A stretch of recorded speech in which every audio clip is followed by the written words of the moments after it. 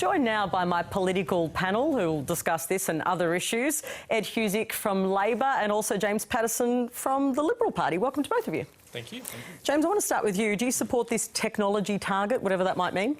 I've always thought that the better pathway for tackling global emissions is through technology rather than complex and expensive taxation schemes or global agreements, because we've essentially got a global coordination problem. There's nothing that any individual country can do to force other countries to take action. But what a small country like Australia can usefully do is be a centre for innovation and investment and to share that technology with the world. Imagine if we discovered a new technology that made solar panels more efficient and that could be exported to the world to bring down global emissions. That's going to be a much easier and much better pathway than trying to get some kind of global legally binding agreement to force countries to take action. So what would a technology target look like? I mean, if you're putting it in a target, it would involve government money, wouldn't it? You say you're against subsidies or taxation, but that's what it would be. That's right, Patricia. And I think we have to be very careful on my side of politics in particular to demonstrate that we're very positive about technological innovation, even if we're sceptical about government subsidies, because the great thing about technological innovation is it doesn't require government to make it happen. I mean, many of the great technological innovations that we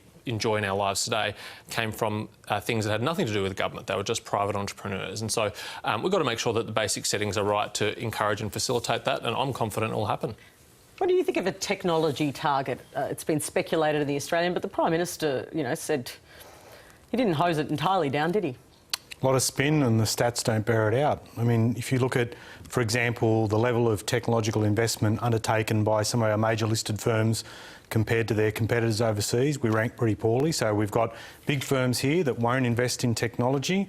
If you have in the last 12 months, 40% of surveyed CEOs saying they won't even give their workforces a pay increase, what hope have we got that they'll pay for the technology that will reduce emissions in the absence of some sort of government framework that says this is what we've got to move to reduce it? So we're basically hoping, we cross our fingers via the Prime Minister, that some sort of technology or some technological solution will come to reducing emissions, when people know in their heart of hearts this government, they're not really committed to this, and they're held hostage by a cabal of extreme right-wingers in the Liberal Party that don't want to take any action on climate change.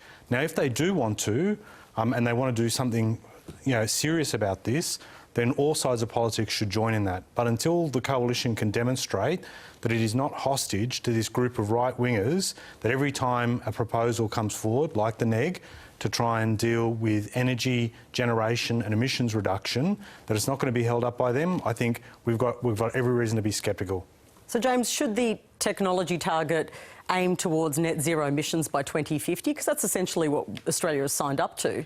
Well, I think anyway, isn't it, globally? My view, Patricia, is that the burden falls on those who are advocating for a net zero position by 2050 to explain how we're going to achieve that, and if that can't happen naturally and won't happen ordinarily through technological innovation, and if it does require government intervention to mandate that to ensure it happens, what the costs of that are going to be. I think it's irresponsible of a government to sign up to on an extraordinarily long time frame, a 30-year time frame, a goal like that without understanding what the implications are. Sure, but isn't it the role of government to manage those costs and those interactions if the science says that it's necessary? Because if the science says it's necessary to save the planet, isn't it the job of the government to actually put that in to ensure that happens? Well, that's why you do it, right? Well, there are a lot of people, for example, running campaigns now to advocate that the government go down this path. And what I'm saying to them is, well, the burden is on you to demonstrate how we'd achieve that. But isn't the burden on you as well as politicians? Because if the science says it's necessary, you've got to find a way through? Well, let's wait and see. I think there's a lot of water to go on a bridge between now and the Glasgow conference coming up in a few months' time, and we've got to see what the commitments that other countries make are, because even if, as you say, Patricia, even if it is right that it's necessary for the planet to achieve it, it's also true that Australia on its own can't achieve that, and in the absence of other countries also taking action, that collective action problem I referred to earlier when we were discussing this, then that's of no use to the planet at all. So it does require coordinated global action, or, as I favour, more of a technology-driven approach. Ed Husic, WA frontbencher Matt Keogh has warned Labor will struggle to win the support of workers across the resources sector if the party is seen as hostile to coal. Do you agree with that proposition? I think Labor leader Anthony Albanese has spelt out that we believe we need to take strong action in terms of reducing emissions, that we need to obviously support the rollout And given that renewable energy has been demonstrated in terms of being able to generate much more efficiently, much more cleanly energy, and it's playing a bigger role, that we should support that. And that in the foreseeable future, coal will have a role, particularly coking coal, as it's relied upon for steel making, which is used as a necessary material for a lot of the renewable equipment to get manufactured in the first place. So I think we've spelled out fairly strongly and clearly where we think things need to head. Matt's got his view. I don't necessarily subscribe to it, but in the sense that I think we've got to have this discussion across the public about if we are going to move down a path of net zero to 2050, and some of the people that are advocating it, if I can put it, they're not advocacy groups, they're the UK government. If Boris Johnson can sign up to this and say, in the longer term, this is what we're headed for, now let's work together to do this, we should find a way to collectively come up with the best way to reach that target with the least impact. And if people are impacted, what do we do to look after them on the way through, other than making a glitzy announcement and hoping that everything will sort itself out? And I think this is the big problem. There's very little trust in the change process. Very few people believe that if they're affected that they'll be looked after. And I think by having a longer term target, we can actually tackle that issue on the way through and see what can be done. I want to change the topic to Holden. It was a huge story yesterday, of course, but it is a really significant decision that's been made. James, you and some of your Liberal colleagues are calling for the scrapping of the luxury car tax. Why? Well, my view, Patricia, is that both the remaining tariffs on imported cars plus the luxury car tax have been implemented in Australia for essentially protectionist reasons. They were implemented to protect the car manufacturing industry. Now, the car manufacturing industry has long since departed, and now the brand of Holden is also departing. But we still have taxes on imports from countries that we don't have free trade agreements, and we still have the luxury car tax. It seems unnecessary to me to continue to have those in the absence of an industry, even though I admit I didn't support it when we had an industry. I don't support protectionism. Do you support the scrapping of the luxury car tax? I just think it's a cosmetic move. Like, it's, my bigger concern is, like many of us, that, there's no point crying after the Holden's bolted, pardon the pun, but, the fact was we had a car-making sector that provided a lot of jobs. We had co-investment that was a feature of car manufacturing world over, and we had Joe Hockey, and I remember that day well, back in December 2013 when he dared GM to leave and was at the dispatch box being with all his bravado, and now we're seeing it. And the reason we lost those jobs and the reason we lost that sector in this country, quite frankly, is because the coalition that right now, after saying back then it was inefficient to provide government support for a sector on its own, are now within their ranks championing a lot of money going to the creation of a coal-fired power station using potentially taxpayers' money. This is the same coalition that has done this. It's just astounding. I cannot believe, what we've seen, the loss of jobs in one sector and then suddenly the advocacy for use of government funds that was argued shouldn't happen many years ago. I do want to pick you up. I'm going to ask you a question, but on the luxury car tax, do you think it should be scrapped? You said it was just cosmetic, but you still didn't answer. Well, I mean, we'll see what ultimately the government does, but I think I'm pretty straight. I know the other arguments you make, I possibly can in terms of the tax. I mean, really, in the scheme of things, for people like Craig Kelly and others to suddenly be saying this should be scrapped, and in the absence of anything solid to support the sector as well, people will make their own minds up on that. There's a significant admission from Ed's answer there, which is that Mitsubishi and Ford announced they were ceasing manufacturing under the previous Labor government, under the Gillard-Rudd governments. So there wasn't any removal of subsidies on the table then, but they decided to work away from Australian manufacturing. It's true that Holden and Toyota subsequently announced they were departing too, and that was on our watch, I admit that. But I don't think you can attribute it to the brand of government that was in power or, in fact, the removal of subsidies, because Mitsubishi and Ford did so under your government. James, I think we were just as outraged about Mitsubishi and the others leaving at that point in time and worked furiously to try and help those people that are affected. The big difference, though, was you had a treasurer at the dispatch box goading GM. Do you think that was wrong? But wait. Do you think it was wrong that Joe Hockey did that? I don't agree that that's what he did, and I agree it was prudent that the Abbott government at the time decided that ongoing subsidies of the car industry weren't sustainable. And the reason why I agree is that already, even with subsidies, Ford and Mitsubishi said they were going to end manufacturing. So there's nothing we could do in the long term to keep Holden or Toyota here either. They were going to go as well. The writing was already on the wall, even with subsidies. So I don't think taxpayers' money should have been thrown after that bad project any further. All right, I want to talk about some international issues, but one that's very much affecting us, and that's the coronavirus and the response. What do you think of China's handling of the coronavirus crisis? Well, I think there have been concerns that have been aired about how long it's taken to respond.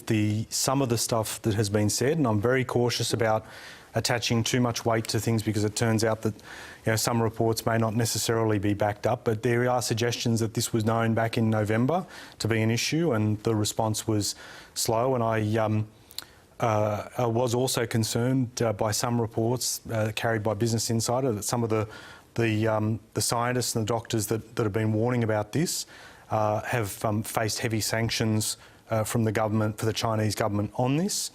And I don't think that's the time that this should happen. I think really we, to be able to tackle this, need to work together, but it needs to be on the basis of transparency to understand exactly the situation and what's happening on the ground and what needs to occur between nations to contain what is proving to be a truly deadly circumstance that rightly is having an impact on people and economies as well. So if that is the case, and again, we'll wait and see what the situation is, I'd urge otherwise. James, are you concerned about the way China's handled this? I basically agree with Ed, which is that the reports that are out there of the repression of doctors, scientists and other whistleblowers very early on in the outbreak of the coronavirus are gravely concerning. And if it is subsequently demonstrated that that is true and that led to the coronavirus becoming much more out of control than it otherwise would have been, then that is very worrying. All countries have a responsibility not just to their own citizens but citizens of other countries to control these outbreaks in a responsible way, and suppressing doctors and scientists and whistleblowers is not the right way to go about it. Well, still on the topic of China, because the BBC has obtained a document exposing Beijing's tracking and arrests of Uighurs. What do you make of that latest leak? If this can be verified, Patricia, it is probably the most disturbing revelations yet about the Uyghur people in Xinjiang. There have been a lot of disturbing revelations, but this would be perhaps the most. It's a document which essentially lists the reasons why people have allegedly been detained, and it includes things such as that a father has daughters who previously wore hijabs, and that was the reason why he needed to be detained. That some people have been detained because they had visited foreign websites. Now, if that is true, that is deeply, deeply troubling. What do you make of these reports? Well, I've been concerned about the treatment of Uyghurs for a while and written to the Foreign Minister in relation to this. And I would put it this way, just picking up on a topic you just raised in terms of coronavirus, the Chinese government is absolutely right to say that in the midst of this crisis, we should not look to treat the people of China, wherever they live, any differently. And that we shouldn't use this as a reason for xenophobia. I absolutely agree.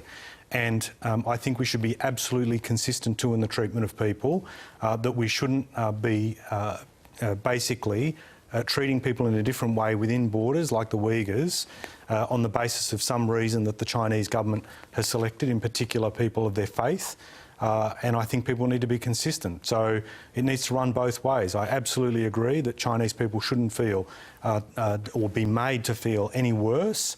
And should the Australian government be doing more, in terms of international diplomacy and advocacy, advocating against this practice? Well, I think, in terms of the Uighurs, the Uighurs, yeah. I believe that the government is making these and raising these points.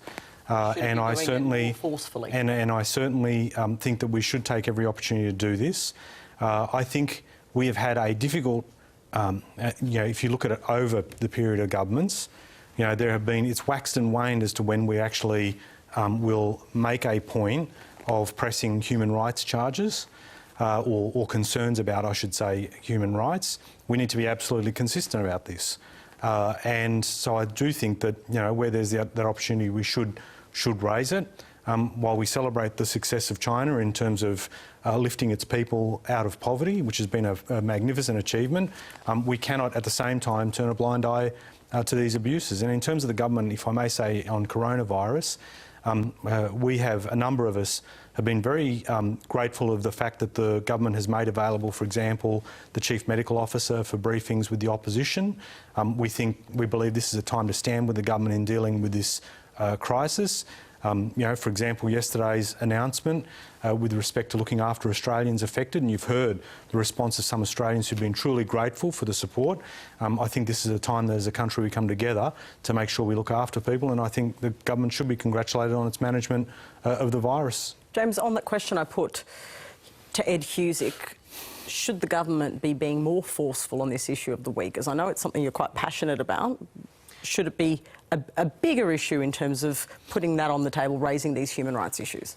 I think the government has been quite vocal and it needs to continue to be. Maurice Payne gave a very public speech on these matters last year, which was really welcome. And I know there's been ongoing direct advocacy about the families of Australian citizens who we believe are detained in Xinjiang who haven't been able to come home.